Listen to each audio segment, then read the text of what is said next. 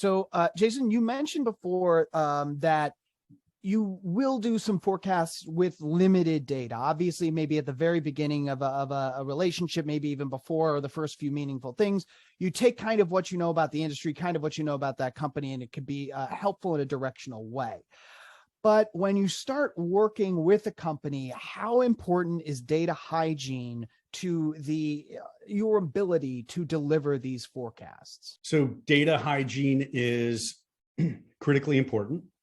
I tend to think of data and its cleanliness as the way that organizations viewed websites 20 years ago, which was all we have to do is build up a website and then we're good.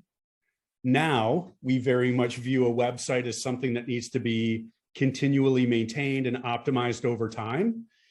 Data sets, data lakes are the exact same thing.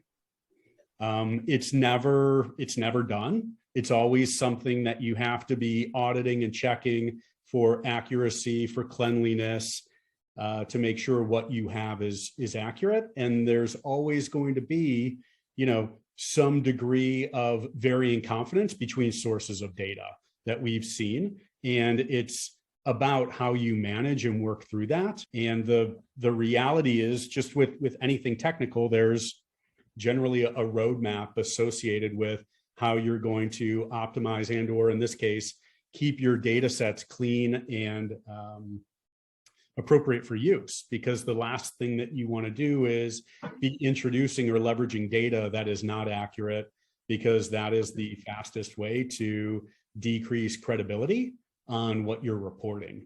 And, once you start down that slope, it's hard to climb back out.